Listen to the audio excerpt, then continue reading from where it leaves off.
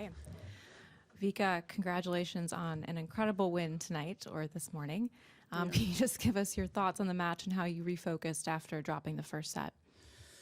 Yeah, it was hell of a match. It was very physical. There was so many rallies. It was kind of tough for me to figure out how my opponent plays. I watched a little bit her playing before, but today I felt like it was, the bullets were coming from every angle, on the run, off the run, on the on the line, the touch the net. I was like, everything is like going in. So it was a bit frustrating for me. I'm not gonna lie. I was a bit. I probably didn't show it, but I was a bit upset because I was like, when is it gonna turn my way? So at one point I had to, tell myself a little bit to stop thinking what she's doing and really focus on myself and what I can do, what I can control. I can control her making winners. I can control, her hitting lines or playing amazing tennis. I can, play a part in not letting her play such a good tennis. But yeah, it was that moment where I was like, okay, I just need to, step by step focus on myself, execute better. And second set was I was playing better. Third set was momentum shifts were going, crazy. But I'm so happy that I was able to turn this around. What I said on the court. I had a couple of really tough sets that didn't turn my way, and I was very, very close. So today was very important for me. Great. Questions? Vika, congrats. A heck of a fight out there. Just in that third set, being able to, obviously, a lot of trades of breaks, and she just never really let you pull away. Yeah. It felt like, what was the key to finally being able to kind of get that last break and serve it out? Well, there's a lot of breaks, but I felt like just patience. I was like, okay, just keep going, just keep trying, keep creating opportunities. It will happen. And it was, quite a few moments where I was like, oh, almost, and then it's not. So I just really focused on staying patient, staying focused on myself, because it was very, very easy to just, lose that patience and lose control, because it was very tough out there.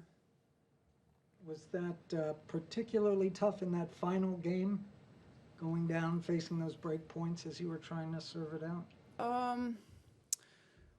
I wouldn't really say that. I felt like once it was 3-2, I felt like, okay, I'm getting the momentum, and then I just lost 2 games kind of like super easy. So and at 5-4, I was like, nobody's gonna give it to you. You just gotta go and take it. And I was brave enough to go for my shots, to create those opportunities. And I also believe that, those kind of losses earlier in Adelaide kind of helped me to, okay, you gotta shift and you gotta take control. In terms of the physicality of the match, I mean, that was a lot of work that both of you girls had to get through. You must be very pleased with how physically you were able to kind of cross the finish line and kind of not limp over it. I mean, Yeah. you surged at the end there. Well, I feel really good physically. Knock on wood. There's wood here. But I worked really hard in my off season. I always work hard, but I felt like I was challenging myself to kind of go a little bit beyond of what I usually do, which was very scary. Honestly, it was very scary for me to physically to fail. I was afraid to fail, that I wouldn't be able to finish certain things. It hurts my ego very much if I cannot complete something. So this offseason, I really worked on not being afraid to fail and just give it, 100% and be kind of okay with that if it's not enough, and kind of build from there. So I think that helps me physically to know that I have that, experience from the offseason. So that also gives me, that self-confidence that no matter what the score is, no matter what, if it's 3 hours, if it's whatever, how as long as I need to play, as long as I need to move, I'll do it. This has been the side, of course, of some great moments for you in your career. How much at this stage do you think back at all to those championships here in Melbourne, and is that something that can help fuel you when you come back and play here? I mean, there is this. I made history, you know. For me, it's my name is always going to be there on the wall. So it's definitely historic for me. But I don't really look back and think about what I have done.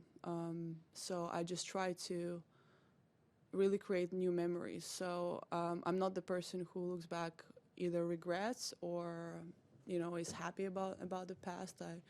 I do live in the moment. Sometimes too much in the future, you know, and being too hopeful. But yeah, it's not bringing back. You know, the wins, and I always say that you only remember the good things. You don't remember the bad things about your wins, and there were tough roads both times. So I tried to create new memories. I need space for new memories. Looking ahead, you face Jessie in the quarters. Doesn't get easier. What do you make of her as an opponent and just kind of her rise as well to world number 3? I mean, she's an amazing player. Her stability and consistency throughout, I wouldn't only say last year, I would say the years before that. She's been an incredible player. She got me here, so I definitely want revenge. She's a great friend of mine. I absolutely adore her. And we have really tough battles every single time. And we practice with each other, so there's gonna be no surprises, absolutely. But that also is like, okay, it's gonna be tough. It's gonna be a lot of rallies. The ball is gonna be low, so it doesn't really make it easier to think that, okay, I know who I'm playing. And can I just ask one more about the fear of failure during your preseason and your fitness? Can you apply that same, or do you want to apply that same mentality to your tennis and to this second week at the Australian Open? Well, absolutely. I feel like everything is kind of interconnected. You cannot turn off. I don't feel like you can turn off your personality, your fears, when, especially in a moment of high pressure, high stress. I think those are the times where they reveal the most. And yeah, I mean, it's a process for me. It's a process for me. I don't know if you know, how far I'm gonna go or how long it's gonna work. But for me, it was important to, you know, really build little steps, because it's as I told you before, it's so easy to kind of think, you know, far down the road. And I'm the type of person who sometimes can try to skip the steps. I think it's a blessing and a curse when, I mean, I don't want to sit here and say being super cocky that I'm talented, but I do feel a lot of things do come naturally to me and quite easy. So it's very easy to kind of like, okay, I got it, I mastered it, but you still need to practice over and over and over again. I could just go back for 1 second to Jess. What would you describe as the most challenging thing that she does on a tennis court? I will say she does. She plays quite simple, which is I would say as a compliment, because it's quite easy to be flashy, to not easy, but it's easier to just go overboard, but to have that consistency and simplicity. One of the players, completely different style, but Barty was one of the people. She just did certain things so well and over and over and over again. And I feel like Jess has, in her way, in her style, kind of similarity. All right. Thank you, guys. Thank you, guys. Great match. Good night. Thank you. Good night.